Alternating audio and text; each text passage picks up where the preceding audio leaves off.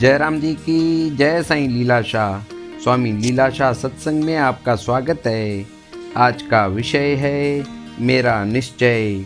17 जुलाई 1962 को नैनीताल में किए गए प्रवचन में स्वामी जी ने कहा है कि आत्मा स्वतः सिद्ध है, सिर्फ महापुरुष व सद्गुरु ही उसका ज्ञान करवाते हैं कि भाई तुम जो अपने को शरीर आदि समझ रहे हो वह तुम नहीं हो, तुम तो आनंद रूप परमात्मा हो, जीव नहीं। जयराम जी की। जो आंखें रंग रूप को देखती हैं वे जड़ हैं। शरीर न तो सुंदर है, न प्रेम रूप और न ही सत्य है। यह शरीर रक्त रोग, मांस गंदगी व विष्ठा से भरा हुआ है। इस जैसी गंदी वस्तु दुनिया में दूसरी नहीं है। ये जो कुछ भी दिखाई दे रहा है वह वास्तव में है ही नहीं। तो फिर मन जाएगा कहाँ? मन दौड़ता है विषय रूप तथा गंदे पदार्थों की ओर। वे विषय पदार्थ रूप आदि तो है ही नहीं, ऐसा मानकर उनसे किनारा करना चाहिए। इसे वैराग्य कहा जाता है। अभ्यास का अर्थ है बार बार आत्मा का चिंतन करना, अर्थात याद करना, उसका ध्यान करना, उसका ज्ञान कथन करना। आनंद में स्थिर होने से मन बहुत शांत हो जाएगा, अर्थात मन वश में आ जाएगा। अधिक अभ्यास करने से मन का बिल्कुल अभाव हो जाएगा, अर्थात नष्ट हो जाएगा। जयराम जी की। शरीर की बाकी जो प्रारब्ध होगी वैसे ही इधर उधर जाता रहेगा तथा कार्य आदि करेगा। यह शरीर न पहले था, न बाद में रहेगा और न बीच में ही है। सिर्फ सच्चिदानंद ही सच्चिदानंद है। ज्ञानियों, सत्पुरुषों तथा मेरा यही निश्चय है तथा तुम भी यही निश्चय रखो कि सच्चिदानंद ही सच्चिदानंद, सब कुछ मैं ही हूँ, दूसरा कुछ नहीं। जयराम जी की।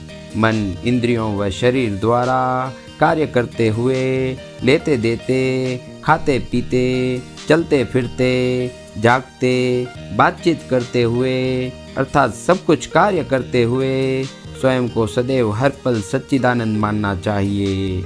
बस फिर तो बेड़ा ही पार हो जाएगा। 5 उंगलियां घी में तुम्हारा कार्य पूर्ण हो जाएगा। दूसरा कुछ न पहले था, न बाद में रहेगा और न बीच में। सिर्फ एक तू सच्चिदानंद स्वरूप पहले भी था, अब भी हो तथा बाद में भी रहोगे। यह कहना भी ठीक नहीं लगता। जब एक सच्चिदानंद ही सच्चिदानंद है तो फिर तुलना किससे की जाए? जयराम जी की। आत्मा को सच्चित आनंद रूप कहा जाता है। ज्ञान स्वरूप व आनंद स्वरूप इसलिए कहा जाता है कि जैसे दूसरे पदार्थों व संसार के ज्ञान को छोड़कर सिर्फ अपनी ओर जाए, तथा आनंद स्वरूप भी इसलिए कहा जाता है कि दूसरे सभी संसारी आनंदों को छोड़कर स्वयं सच्चिदानंद में स्थित हो जाए। वास्तव में सच्चिदानंद शांति शांत है, दूसरा कुछ भी नहीं। जयराम जी की। जानने व देखने में फर्क है। जानकारी के द्वारा ही आँखें इस संसार के दृश्य को देखती हैं। आँखें जड़ है, उन्हें अपनी कोई सत्ता नहीं है। जो सत्ता है वह मेरी जान है। फिर सच्चिदानंद स्वरूप सब में सत्ता मानता या अस्थि भाती व प्रिय व्यापक किस में होवे?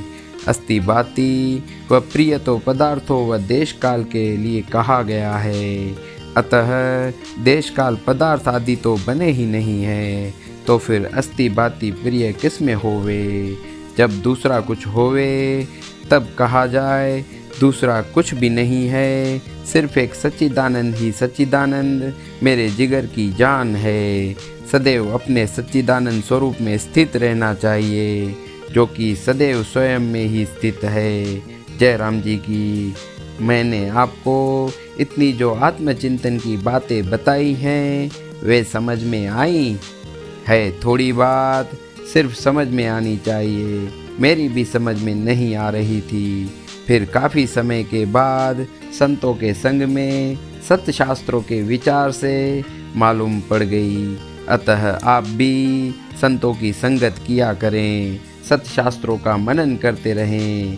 पंचीकरण बार बार पढ़कर समझकर फिर योग वशिष्ठ पढ़ो तो अधिक समझ में आ जाएगा।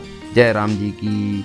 जिज्ञासु को बार बार निश्चय करना चाहिए कि मैं अवश्य मोक्ष प्राप्त करूंगा, बस बार बार यही एक इच्छा करनी चाहिए।